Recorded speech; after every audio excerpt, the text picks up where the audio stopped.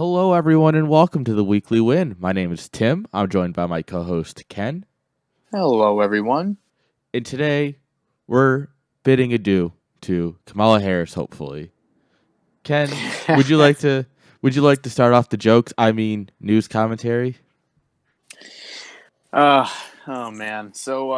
We've been meaning to cover this for a couple weeks now because we It saw keeps an article. happening. Yeah, we saw we saw one particular article where Joe Biden was trying to not really pay attention to Kamala Harris, and some Fox News host, I forget his name now. He actually suggested that Kamala Harris could be replaced as the vice president, which I found extremely laughable for a number of reasons, but we're And not here then, to talk about that. and then CNN doubled down on it. Of all places, CNN. Oh, CNN. It's bad when CNN sees that some agitator, right-wing extremist commentators are right. That's when you know you're down the creek with no paddle. It gets worse, though. It gets worse because we have some news actually out today. This is more relevant. President Biden appeared to snub his vice president at a DC soup kitchen. This is hilarious. Let me just go over some of the key things here. It says here, Joe Biden appeared to give her the cold shoulder when the two made a joint appearance at a DC soup kitchen during their first public appearance together since reports emerged the two were at odds. Excuse me. He made no attempt to demonstrate any fondness for her in front of the cameras after Harris's allies had slammed the president to CNN for giving her the tough jobs like handling the border, which should be pretty easy. It's not a hard job if you don't do it. You know what? That's a good point. I That's a think good I point. win. You know, but I don't think Joe Biden really likes that answer too much. Because later on during this event, he was asked by a reporter. I don't know from where. It might have been like New York Post or something. I don't know. Probably. But he was asked by a reporter what he was grateful for, and Joe Biden put his arm around the D.C. Central Kitchen, Dwayne Arrington, my apologies if I'm mispronouncing that, who was standing to his left side with Kamala Harris to his right. And then he says, no joke, the people I'm standing next to are what I'm thankful for. One of them, at Oh, least. man. Like, I see the picture, right?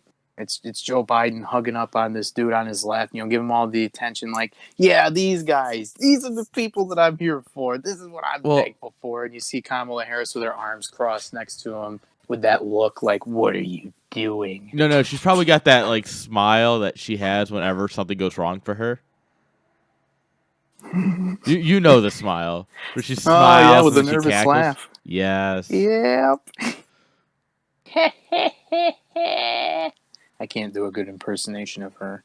Yeah. By the way, it was the New York Post. I'm just looking for the photo real quick because Oh, I have wonderful. an assumption.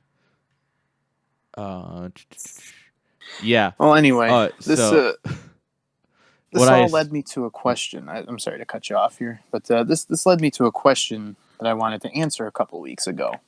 hit me. Why do you think Joe Biden wouldn't want to be associated with his VP?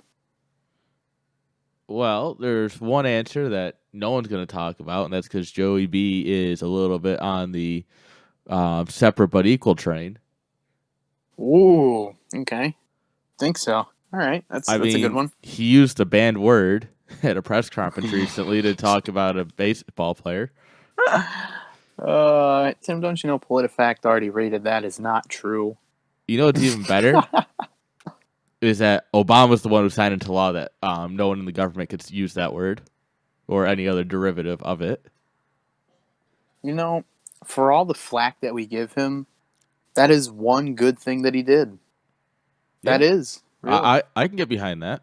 I'm amazed that it took until 2008 to make that change, actually. Do you know who else thinks Joey B might be on that separate but equal train? His VP, of course. Of How'd you course. know? Because my memory lasts longer than the last 3 months. That's pretty funny. I remember some stuff too. Specifically, the presidential debates. You remember when she called him like sexist and racist and all that? Oh yeah, because he worked with the Jim Crow boys, right, to pass legislation. Yeah. He worked with all them Jim Crow boys, putting down the black man, putting down women too, or something like that. You know, Yeah. the typical bracelet jingling. Well, you know another reason that he might not want to be around her? Hmm. Because her approval Hmm. rating is so low, it rivals Congress's approval rating, which is impressive.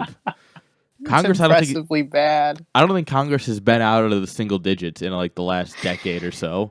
Oh my gosh. Like we're looking at George Bush levels of disapproval as a vice president. That's bad. Dude, she got crushed in the primaries, winning what was it, like 3 or 4 points? Maybe. And oh my gosh. And then Joe picks her to be the vice president and sends her to the border. Hi, I'm going to create a crisis at the border, and then I'm going to send you there. Keep Oh eating my that ice cream, gosh. Joe. Keep on Oh eating. my goodness. That's wonderful, dude. Like, this is everything I could have hoped it would have been. This is everything I could have hoped it would have been, this administration. It's so much more though. It's given us so much more than we could have ever hoped for. It's truly the gift that keeps on giving.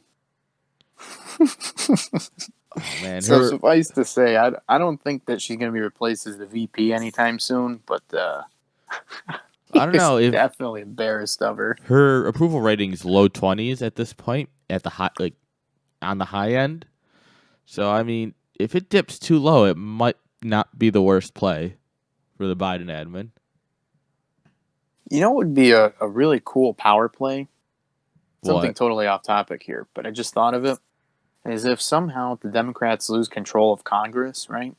Enough to the point where Joe Biden can be impeached, right? Which yes, presumably will happen. Forcing him to not be able to run in 2024 like he wants to. Oh lord. New short coming out on Friday, guys.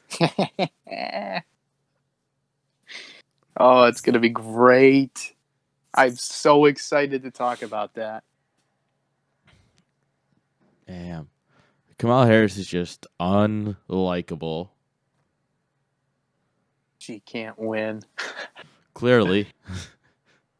Well, from one group of losers to another, we want to thank you here for listening to the weekly win, listening to us ramble and talk about things that sometimes don't even matter.